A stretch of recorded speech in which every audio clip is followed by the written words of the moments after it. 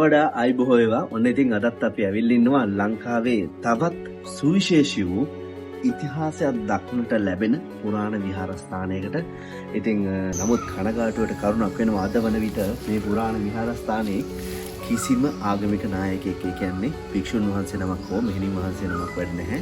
ඒ වගේම අද මම ආපු දවස පොඩ්ඩක් හොඳ නැහැ.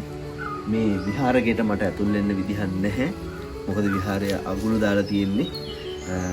පන්සල බලාගන්න දැන්ට කෙනා මේ වෙනකොට දුර බහැර ගමනක් ගිහිල්ලා. නමුත් අපි ඔයාලට මේ පන්සලේ අවට වටපිටාව පෙන්වන්න.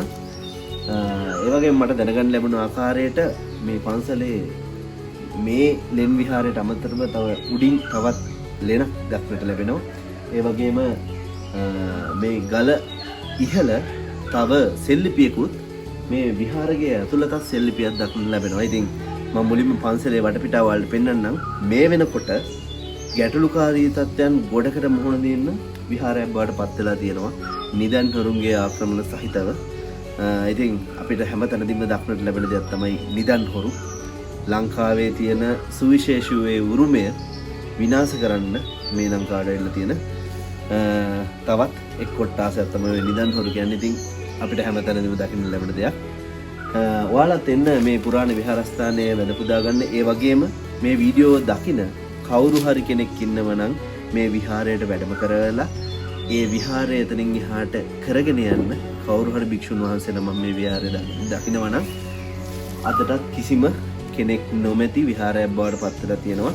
ගම්වාසීන්ගෙන් මට දැනගන්න ලැබුණ ආකාරයට කවුරු හරි ස්වාමීන්ද්‍රයන් වහන්සේ නම පැමිණෙනවා නම් එයාලා කැමති. ඉතින් කාරුණිකව ගෞරවයෙන් ආරාධනා කරලා තියෙනවා හිටිනවා කවුරු හරි ස්වාමීන්ද්‍රයන් කෙනෙක් ඉන්නවා නම් මේ පන්සලට වැඩම කරන්න. ඒ අදාළ නීති රීති තියෙනවා භික්ෂුන් සම්බන්ධයෙන් ඒ පාර්ශවයන් සම්බන්ධයෙන් නීති රීති තියෙනවා. ඒවට අනුකූල වෙලා කවුරු හරි හාමුදුරු නමක් මෙහෙට වඩිනවා නම් මේ ගම්වාසීන් වගේම අපිත් කැමති. ඉතින් පන්සලේ වටපිටාව මම ඔයාලට පෙන්වන්නම් ඒ සුවිශේෂීත්වය සමගි. ගොරකවත්ත ශ්‍රී නාලෙන පුරාණ විහාරස්ථානය. ඒ තමයි මේ විහාරස්ථානයට ලැබිලා තියෙන නම. විහාරස්ථානයට එන මග දිගටත් විහාරස්ථානයේ අවටත් විහාරස්ථානයට අයිතිව තිබුණායයි සැලකිය හැකි ඉඩකඩම් බොහෝමයක වර්තමානයේ වන විට විශාල වශයෙන් නිවෙස් ඉදිවිලා තියෙනවා.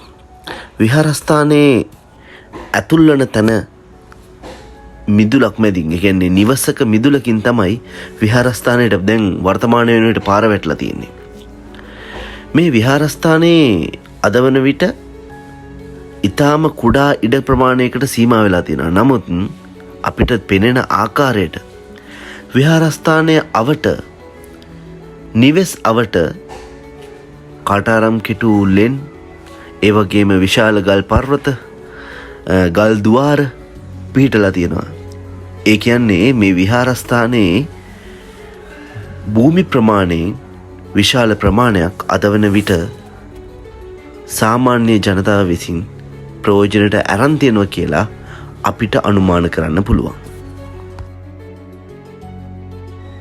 ඒ වගේම මේ විහාරස්ථානයේ මේ ඉදි කරලා තියෙන වර්තමාන ඉදිකිරීම් අපිට දැනගන්න ලැබුණ ආකාරයට මීට පෙර මේ පන්සලේ වැඩ සිටි අපවත් වී වදාළ ස්වාමීන්ද්‍රයන් වහන්සේ තමයි මේ ඉදිකිරීම් වලට මූලික වෙලා තියෙන්නේ. උන්වහන්සේ තමයි මේ විහාරස්ථානයේ මේ කටාරම් වලට කිසිම දෙයකට හානියක් කරන්නේ නැතුව මේ ආකාරයෙන් සුන්දරව මේ නිර්මාණය ඉදි කරලා තියෙන්නේ.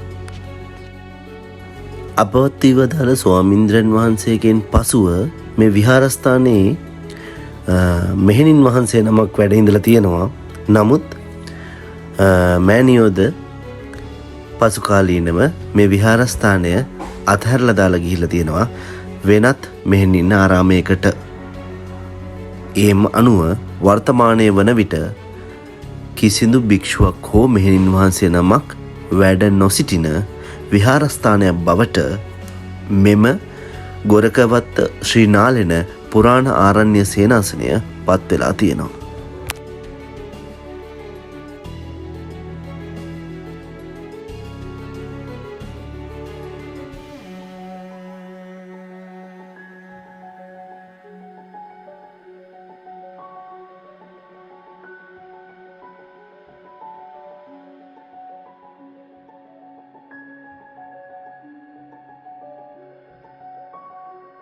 විහාරයේ පිහිටි පර්වතයේ මුදුනේ දාගම පිහිටලා තිනවා අපිට දකින්න පුළුවන්.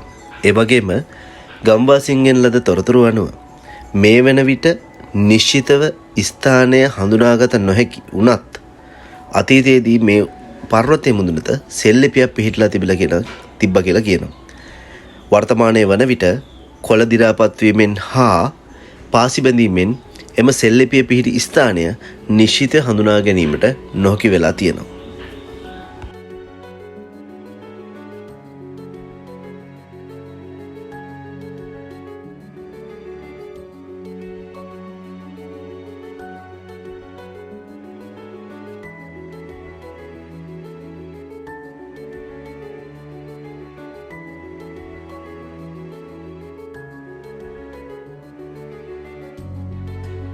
මා පෙරකී පරිදි මේ විහාරස්ථානය විටින් විට නිදන් හොරුන්ගේ ග්‍රහණයට ලක් වෙනවා. මෙහි විහාරස්ථානයේ පිටලා තියෙන දාගැබ එක් අවස්ථාවකදී නිදන් හොරුන් විසින් කඩා දමන අතර ඒ ඇතුළත තියෙන වටිනා වස්තුන් නිදන් හොරුන් විසින් රැගෙන යනවා. ඒ වගේම ගම්වාසීන්ගෙන් තොරතුරක් අනුව දැනගත් දෙයක් මේ අසල තිබුණු තවත් නිදානයක් රැගෙන ගොස් තියෙනවා කියලා දැනගන්නට ලැබෙනවා.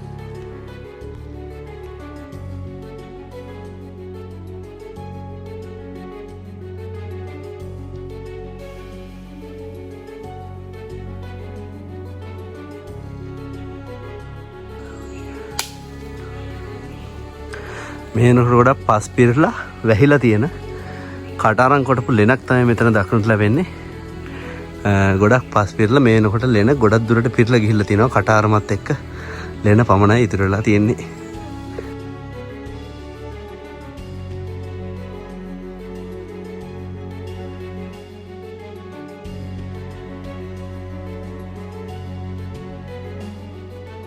මත්තු පිට කොටා ඇති කතරගම දෙවියන්ගේ සැලකෙන රුවක් තමයි මේ දක්නට ලැබෙන්නේ.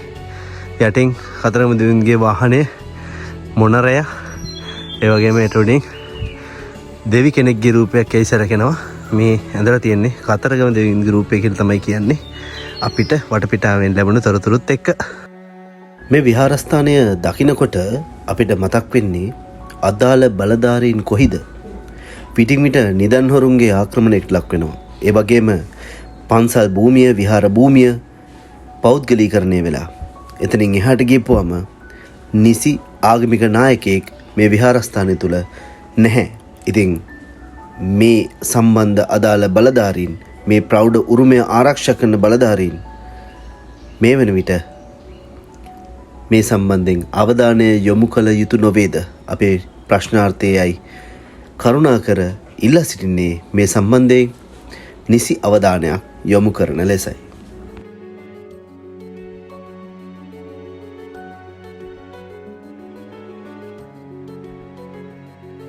ඉතින් මේ විහාරය නරඹන්න ඔයාලටත් එන්න කියලා ආරාධනා කරනවා. මේ තමයි මේ හරියට කියන්නේ වැවුඩ මේ පන්සලේ නම තමයි ශ්‍රී නාලෙන පුරාණ ආරණ්‍ය සේනාසනය. ඉතින් ඔයාලටත් එන්න කියලා ආරාධනා කරනවා මේ ආරණ්‍ය සේනාසනය බලන්න.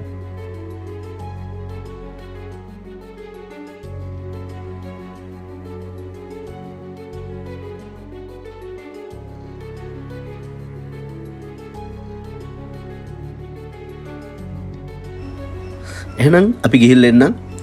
අපේ සබ්ස්ක්‍රයිබ් කරලා නැත්නම් සබ්ස්ක්‍රයිබ් කරන්නත් අමතක කරන්න එපා. තාත් මේ වගේම සුවිශේෂී වූ ඉතිහාසය සම්බන්ධ තොරතුරු ගොන්නකින් හරි ඒ වගේම ස්වභාව සෞන්දර්යය පිරුණු ස්ථානයකින් හරි ඔයාලා හොයාගෙන එනකන් අපි ගිහිල්ලා එන්නම්. ජය වේවා.